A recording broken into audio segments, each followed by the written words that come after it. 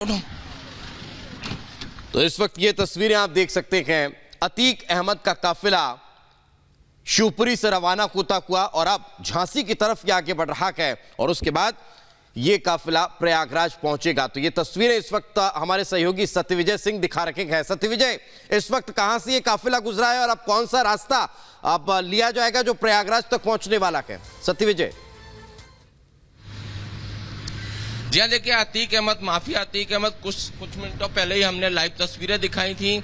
शिवपुरी जो मध्य प्रदेश कोटा से शिवपुरी इंटर हुआ और शिवपुरी में जो रामनगर टोल है वहां से होते हुए अब अतीक का जो काफिला है आगे बढ़ रहा है। हम अतीक का काफिला आपको लाइव कैमरे से भी तस्वीरें भी दिखाएंगे। देखिए ये जो आगे पुलिस की गाड़ियां देख रहे हैं जो कि अतीक के काफिले के साथ साथ है, सिक्योरिटी के पर्पज से ये तमाम वो गाड़ियां हैं। इसके अलावा मीडिया की भी लंबी चौड़ी एक गाड़ियां यहाँ पर मौजूद है, क्योंकि साबरमती से लेकर प्रयागराज तक जैसे कि हमने पिछले बार अतीक को फॉलो किया था उसी तरह हम लगातार आपको हर अपडेट दे रहे हैं। फिलहाल जो ये अतीक के काफिले की हैं, अतीक के साथ दो वैन जो है अतीक की, उसमें से एक वैन में अतीक है, दूसरी वैन में एक्स्ट्रा जो पुलिस बल है वो तैनात है। ये लाइव तस्वीरें हम देखिए आपको दिखाने की कोशिश कर रहे हैं अतीक के काफिले की।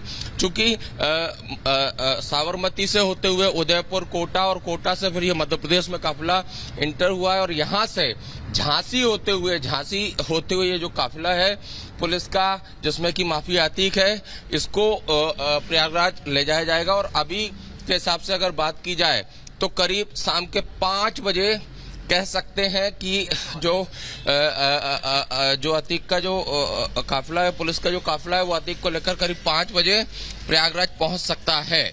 तो ये पूरी बिल्कुल यानी कि समझा जा सकता है कि शिवपुरी से ये काफिला अब रवाना हो चुका है। सृष्टि जो लगातार ना इस काफिले को कवर कर रही है, वे भी हमारे साथ मौजूद है। सृष्टि, क्या बीच में रात में कहीं काफिला रोका गया था और अब जब ये यहां से रवाना हुआ है, क्या कोई अभी तक इंफॉर्मेशन निकल कर सामने आ पाई है कि कहीं रोका जाएगा उसके बाद फिर आगे के लिए बढ़ा जाएगा?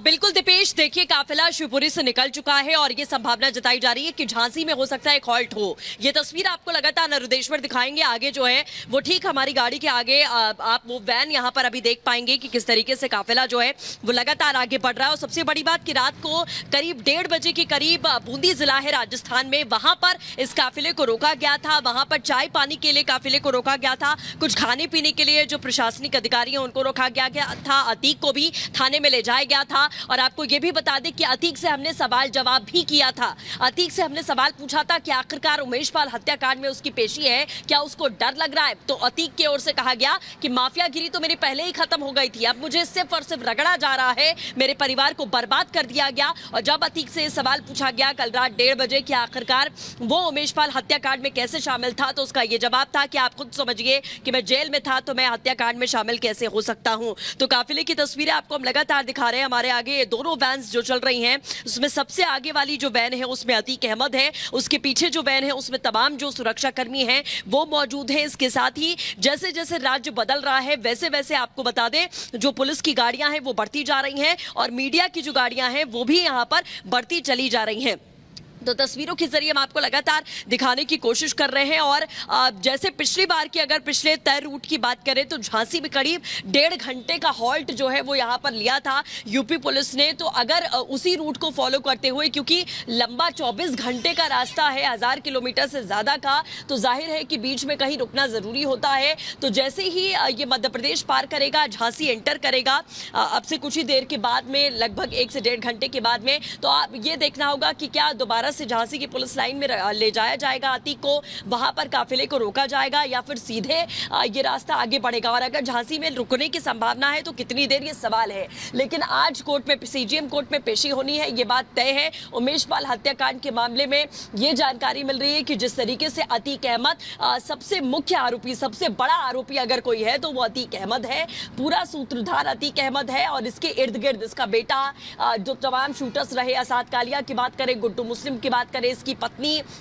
इसके साथ ही इसकी बहन, जो कि पिछली बार आपको याद होगा कि इस काफिले में लगातार आगे चल रही थी, आगे बढ़ रही थी और बार बार कह रही थी कि मेरे भाई का जो है वो एनकाउंटर किया जा सकता है। और वो आयशा नूरी, उसको वो भी फरार इस वक्त चल रही है। और इन सब का अता पता अगर कोई बता सकता है तो वो अतीक है। हम गाड़ी आगे बढ़ा रहे हैं, लगातार आपको काफिले की एक एक तस्वीर हम दिखाएंगे क्योंकि अब ज्यादा वक्त नहीं रह गया। लगभग 12-13 घंटे से ज्यादा का समय हो गया है। 2:15 बजे के करीब आप मान लीजिए कि ये काफिला जो है आप इस वक्त देख पा रहे हैं, ये साबरमती जेल से निकला था और अब जो है शिवपुरी पहुंचा है, जिसकी तस्वीर इस वक्त आप यहां पर देख सकते हैं कि सीधे बिल्कुल लगभग अभी 95 से 96 किलोमीटर का सफर झांसी तक के लिए और बाकी है। सृष्टि वापस लौट रहे हैं आपके पास। अतीक की पेशी आज होने वाली है। 3 अलग अलग तस्वीरें हम आप तक पहुंचा रखे हैं। अतीक की पेशी, मर्डर की साजिश किस तरह से रची गई, परिवार आखिर इंसाफ की अब गुहार लगा रहा है। तो ये 3 तस्वीरें अतीक की पेशी आज होने वाली है। साबरमती जेल से अतीक का काफिला निकला और अब से कुछ देर पहले शिवपुरी के आगे अब ये काफिला बढ़ता हुआ नजर आ रहा है, जिसकी सीधी तस्वीरें आप देख पा रहे हैं। तो वहीं दूसरी तरफ हम जो तस्वीर आपको दिखा रखे हैं, हत्यारे अब तक फरार हैं और कहीं ना कहीं उन हत्यारों तक पहुंचने की कोशिश भी पुलिस की लगातार चल रही है। तो परिवार भी अब इंसाफ की गुहार लगा रहा है।